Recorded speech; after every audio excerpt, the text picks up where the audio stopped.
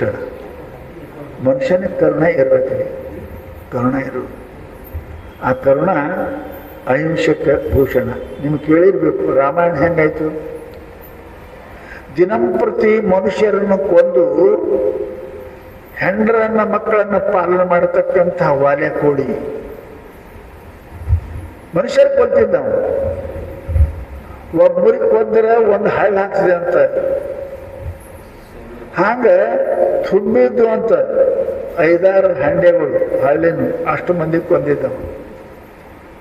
ಇನ್ನು ಸಣ್ಣ ಪಾಪಿಗೆ ನೋಡ್ರಿ, ಅವನು ಮನಸ್ಸಿನಾಗ ಸತ್ಪುರುಷರ ಕೃಪಾ ಆಯ್ತು, ಹಿಂಸ ಹೋಯ್ತ್ರಿ.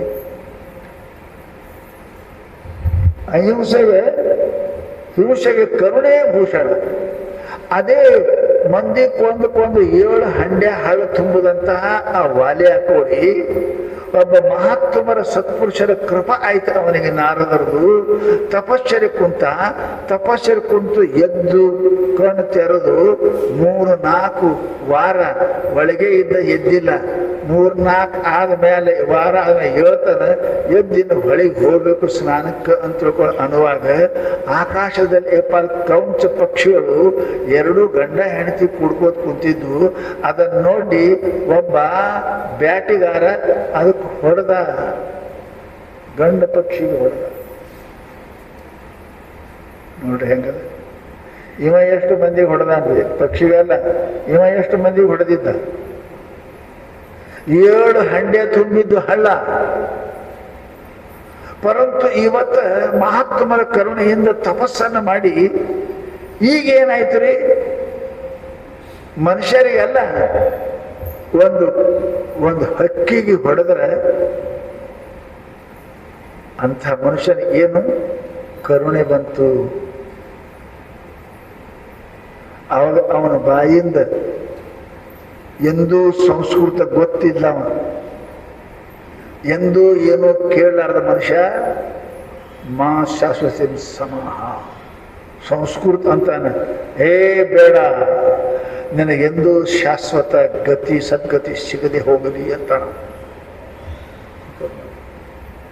ಅಂಥ ಕರುಣ. ಪಕ್ಷಿ ಕೊಂದ್ರೆ ಅವನ ತೆಳ ಕರುಣ ಬಂತು. ಹಿಂಸಾ ಮಾಡೋರಿಗೆ, ಸುಳ್ಳು ಹೇಳೋರಿಗೆ ಸತ್ಯವೇ ಭೂಷಣ.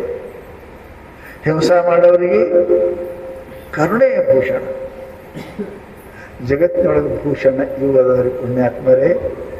ಅದಕ್ಕೆ ಮಹಾನುಭಾವ ಹೇಳ್ತಾರೆ, ಭೂಷಣ ಇಂಥ ಹಾಕೋರಿ, ಇವೆಲ್ಲ ಬಿಚ್ಕೋತಾರೆ, ಕೊಳ್ಳ ಕೈಯ ಕಿವಿಗೆ ಇಟ್ಕೊಂಡು ಬಿಚ್ಕೋತಾರೆ, ಹಂಗೆ ಯಾರು ಬಿಡಂಗಿಲ್ಲ.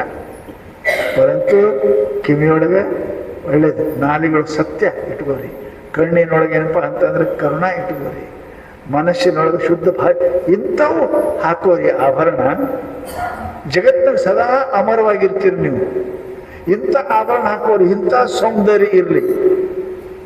ಈ ಸೌಂದರ್ಯ, ಈ ಆಭರಣಗಳು ಕರುಣೆ, ಪ್ರೀತಿ, ಅಹಿಂಸೆ, ದಯಾ, ದಾನ ಇಂಥವು ಹಾಕೋರಿ ಆಭರಣ. ಅವ್ರು ಹಾಕೊಂಡವರು ಎಂದೂ ಸಾಯಂಗಿಲ್ಲ. ಕರುಣೆ ಏನು ಸತ್ತನು, ದಾನ ಶೋಧ ಕರ್ಣ. ಸತ್ತನು ಸತ್ಯ ಹರಿಶ್ಚಂದ್ರ ಎಂಥವ್ರು ನೋಡ್ರಿ, ಎಂಥ ಮಾತಾಡು. ಇವೆಲ್ಲ ಯಾಕದವ? ಅಂಥ ಆಭರಣ ಹಾಕೊಂಡಿದ್ರು. ಅದ್ರ ಸಲುವಾಗಿ ಮಹಾನ್